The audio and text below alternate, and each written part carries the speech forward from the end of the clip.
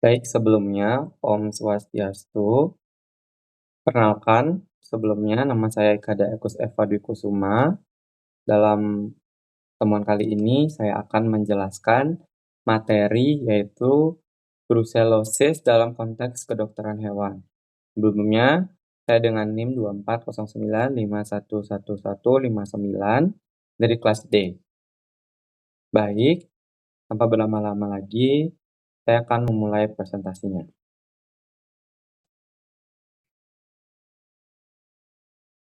Baik, pada kesempatan kali ini saya akan membahas salah satu penyakit zoonosis yang penting dalam kedokteran hewan yaitu brucellosis. Penyakit ini disebabkan oleh bakteri dari genus Brucella yang bisa menyerang berbagai jenis hewan seperti sapi, kambing, domba, dan babi.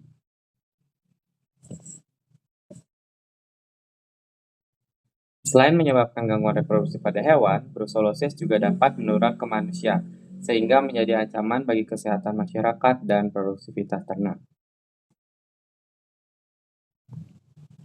Baik, selanjutnya tujuan pembelajaran dari presentasi ini itu ada 4. Yang pertama, pembelajaran dari presentasi ini kita akan memahami karakteristik dan klasifikasi bakteri Brucella.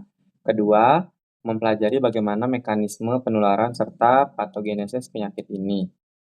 Yang ketiga, mengenali gejala klinisnya baik pada hewan maupun manusia. Dan yang terakhir, mengetahui cara diagnosis, pengendalian, dan pencegahannya. Kemudian,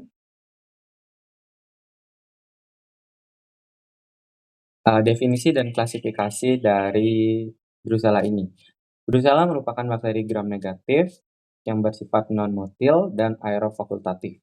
Bakteri ini termasuk dalam famili Brucellaceae. Beberapa spesies yang paling penting adalah Brucella abruptus pada sapi, Brucella melitensis pada kambing dan domba, kemudian Brucella suis pada babi, serta Brucella canis pada anjing. Kemudian, masing-masing spesies ini juga pastinya memiliki inang utama, tetapi semuanya dapat menular ke manusia. Baik, selanjutnya itu ada struktur dan karakteristik dari Brucella. Secara struktur, Brucella terbentuk batang kecil atau kokobasil dan tidak membentuk spora maupun kapsul. Bakteri ini mampu bertahan di lingkungan lembab dan suhu mentah atau bahan organik selama beberapa minggu.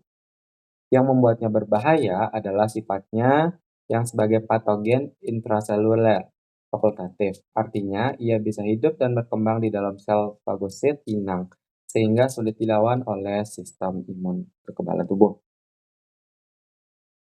Selanjutnya ada patogenesis dan penularannya. Penularan Brucella terjadi melalui kontak langsung dengan hewan yang terinfeksi, atau hewan produk hewan seperti susu mentah, jaringan janin, maupun cairan reproduksi. Setelah masuk ke tubuh, bakteri akan berkembang biak di organ-organ seperti limpa, hati, dan kelenjar getah gening. Akibatnya, hewan betina sering mengalami abortus, retensi plasenta, dan infertilitas. Sedangkan hewan jantan dapat mengalami peradangan pada testis dan epididymis. Selain kerugian ekonomi, ini juga pastinya berdampak pada kesejahteraan hewan. Kemudian ada gejala klinis pada hewan, tanda-tandanya meliputi abortus pada akhir kebuntingan, retensi plasenta, dan penurunan kesuburan. Sementara pada manusia, infeksi brucellosis dikenal sebagai adulanver, yaitu demam naik turun yang disertai rasa lemah, nyeri sendi, dan keringat malam.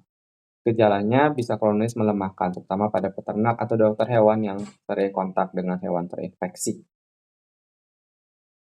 Selanjutnya itu diagnosis. Untuk menegakkan diagnosis dilakukan pemeriksaan serologis seperti Roche-Bagel test, kemudian ada ELISA atau complement fixation test. Selain itu, isolasi dan kultur bakteri di jaringan atau susu dapat memastikan infeksi. Teknologi PCR dapat kini digunakan karena lebih cepat dan akurat dalam mendeteksi DNA Brucella.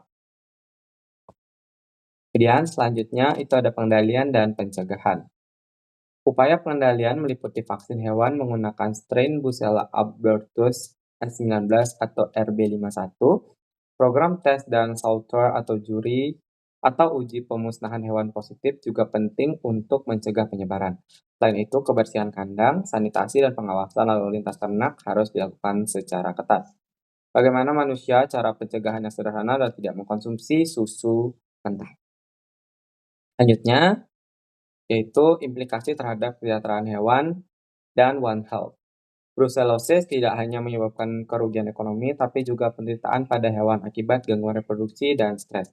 Oleh karena itu, pencegahan dan pengobatan yang tepat menjadi bagian dari tanggung jawab etis karena sebagai dokter hewan. Pendekatan One Health yang menghubungkan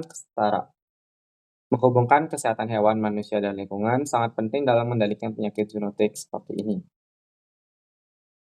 Kemudian, kesimpulannya, sebagai penutup, dapat kita simpulkan bahwasanya brucellosis merupakan penyakit zoonotik serius yang membutuhkan kerja keras lintas sektor, yaitu One Health, antara dokter hewan, peternak, tenaga kesehatan, dan juga pastinya pemerintah. Langkah-langkah pencegahan melalui vaksinasi, biosecurity, serta edukasi masyarakat menjadi kunci utama untuk menekan penyebaran penyakit ini. Dengan begitu, kita dapat melindungi kesehatan hewan sekaligus kesehatan manusia. Sekian pemaparan materi dari saya dengan materi yaitu brucellosis. Om Santi Santi Santi.